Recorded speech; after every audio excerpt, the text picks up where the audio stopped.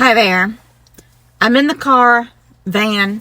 I'm over at my rental house just waiting. I'm meeting somebody, so I'll keep it at that. But I made this video earlier. It drives me crazy because I love my front porch and it's the perfect place to sit and peacefully make a video, except there's a lot of traffic and the traffic drives me crazy when I'm trying to talk and people keep driving by. I wanted to talk today about the messy middle, and I guess this is a good start because this is kind of messy. I'm in the van, it's raining. This is a second take of a video I've already made. I've already made it, edited it, and uploaded it to YouTube on private, and it's just, it doesn't look right. The lighting is not right. I started on the porch. The traffic was driving me crazy, so I went in the house, and the lighting is not right. It looks washed out and kind of like this one does right now. What's going on? Maybe. Is that better?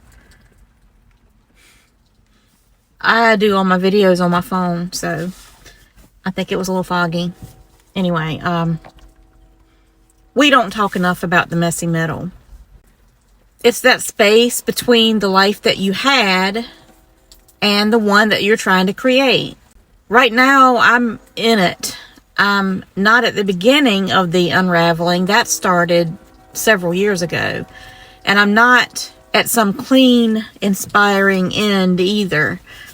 I'm just somewhere in the thick of it, where everything feels raw and uncertain and messy. But for the first time since before COVID, I feel something like peace. I guess it really is peace. I feel peace, and I feel maybe even real happiness. Admit it, COVID had a big effect on all of us, and nothing is the same as it was 5 years ago. The whole world has changed, and I haven't looked up the research, but I would bet that our collective mental health is worse now than it was before. This train, now it's the train. But for me, and I've had friends say the same thing, my life is now divided into before COVID and after COVID. And yet, somehow I feel really peaceful now, not because everything's figured out, but because I've been letting go of the things that I should have released a long time ago. If you're new here, I'm Jennifer. I left my corporate job 6 months ago after hitting a wall, physically, emotionally, and spiritually. Since then, I've been sharing my journey through midlife reinvention and learning how to live more mindfully and intentionally. This channel isn't about perfection or polished answers. It's about telling the truth while you're still in it, and that's what I'm trying to do. That's where I am right now, deep in the messy middle. So I'm going to share with you today what that looks like and what I've had to let go of and what I'm still figuring out. I'm still in the middle of a big transition, financially, emotionally, and professionally. 6 months ago, I signed off my corporate laptop on December 13th, and I said I would never go back. I meant it, and I still mean it. If you want to see the video that I made that day, I'll link it up above and down below in the description. In that video, 2025 was going to be my year of transformation. It's going to be the year that I turned my life into what it should have been all along. And now that it's June, almost halfway through the year, I want to tell you the truth about what life has looked like since I walked away from that job. For the first time in years, I actually feel like I've come home to myself. It's more than I ever expected, messy or not. Here's a few things that's happened in the last 6 months. I took my first adjunct teaching position, and I taught nursing students at their clinical rotations just for 16 days out of the spring semester. But I liked it so much that I interviewed and accepted a position as a full-time nursing instructor starting this fall. Another thing that happened is that I dipped into my savings way more than I had planned. Over $70,000 of repairs on this rental property, which is a historic home that was built in 1889. That really threw a wrench into my financial plans for this year. I went on a solo road trip in my minivan, and it changed the way that I look at everything. In fact, I kind of miss it. And the other day I went out to the beach in the van and spent the night, and I've actually spent a couple of nights in the van in my own back driveway. It's kind of cozy, and I miss my little cocoon. I've had beautiful days of peace and clarity and creativity during the past 6 months, but I've also had a few nights of anxiety and insomnia. I've made content that I'm proud of, but I've also worried about what people would think about it, especially people that I know in real life. I've gotten more honest with myself and with you. And I'm realizing that I wasn't just burnt out. I was living a life that didn't fit me anymore, and maybe never did. I gave up a good paying corporate job that allowed me to work from home for 10 years. I know that someone is going to comment, or at least think, that thousands of people would be grateful to have what I had. And I know that's true, and I was grateful. That's how I justified doing it for so long, even though it didn't make me feel fulfilled. I told myself, you should be grateful. And I started a gratitude journal to try to force it. Let me tell you some of the things that I was grateful for about that job. I made the most money at that job that I've ever made before, and probably will ever make at a job again. And it enabled me to invest in a little real estate and have a lifestyle that was a step above what I ever thought was possible for me.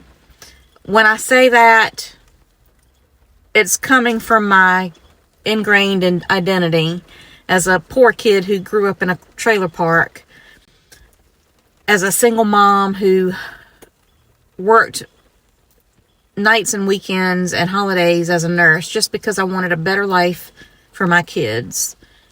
It allowed me to travel more, and since my job was mobile, sometimes I traveled while I was working by just taking my laptop with me, and nobody at work knew.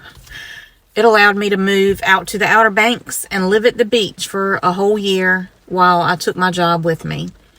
But it just wasn't the right fit, even after all that time and all that gratitude. So I left, and I paused the hustle. And I recently took a long road trip, thinking the space might give me clarity. And it did. More clarity than I ever expected. It has showed me what I really value in life, and it has showed me a path that I thought wasn't available to me anymore. It has showed me that I can still be the writer that I dreamed of when I was a teenager. It has showed me that everything isn't an emergency, and I have enough, and I am enough. But it also showed me how tired I really was, and how heavy everything had become. How long I had been trying to make things work that were never going to feel right. How hard it was trying to control things that were never mine to manage. So now I'm learning to let go. And letting go sometimes comes with a little grief. Grieving for the version of myself that held it all together with no support. Grieving the time that I wasted trying to live a life that was not really meant for me. A life that fit the script that I was handed. Grieving the people that I had to distance myself from. But this kind of grief isn't all bad, because it means that something is shifting. It means that you're letting go of things so you can make room for the things that are meant to be there. So I've been reading self-help books and following the law of attraction and trying to make positive changes in my life for over 20 years. And this is the first time that I actually feel like I might be getting it right. Not because I found a new guru, and not because everything is perfect. But because for the first time, I'm not trying to prove something. Not to myself or anybody else. I'm good enough just as I am, and I have enough. I'm just building the life of my dreams from a solid foundation of enoughness. Usually, peace doesn't show up right out of the blue. You have to fight for it. You have to make a conscious decision to stop participating in the chaos that's hurting you. You have to be willing to dig deep, identify the patterns, and break them. In that video that I made on my last day in corporate, I said, let's make 2025 the year of becoming. And it wasn't about losing weight or eating better, the typical New Year's resolutions. It was about transforming from the inside out. And I knew that that's what I was going to be doing this year, but I really didn't know how that was going to look. And now halfway through the year, I know this much. Reinvention isn't pretty. Sometimes it means sitting in the silence all by yourself, facing the parts of yourself that you've kept hidden, making decisions without knowing how they'll turn out, walking away from relationships that hurt, even if you love the person. I thought quitting my job was the hard part, but the staying gone, the staying true, the trusting the process, the being patient, that's the real work. That's the messy middle. I'm not fully there yet. I'm not bringing in much money right now, not until I start my teaching job in the fall. I'm still dipping into my savings because I've let go of all those side hustles. I'm still figuring it out. I'm trusting the process. I'm writing and creating every day because I feel driven to. And it feels so good. And I'm trusting the process. I'm still deciding what is worth rebuilding and what needs to be left behind for good. But for the first time in a long time, I'm not pretending. And I'm not chasing what isn't mine. I'm listening to myself and letting it go. The messy middle isn't glamorous. You don't get applause for slowing down. You don't get a party. You don't get a set of instructions for walking away from things that you spent decades building and holding on to. But this is where the real shift happens. The messy middle is sacred ground. This is where you meet yourself in the quiet, where you start telling the truth. You stop performing. And you finally feel what's real. It's not easy, but it's worth it. And it's where the healing actually begins. It's where you start to bloom. I can tell you this. Letting go isn't just an act. It's a practice that you have to keep doing over and over. That's what practice is. And this ground that I'm standing on right now is a sacred foundation.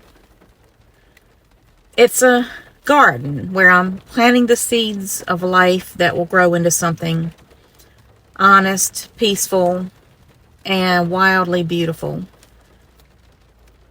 So let's keep going together, because if the middle is messy, it means we're in motion, and motion is life. Thanks for being here while I figure it out. And if you're navigating your own transition, I hope this gave you something to hold on to. As always, thank you for watching. Please consider liking and subscribing down below, and I'll see you in the next video.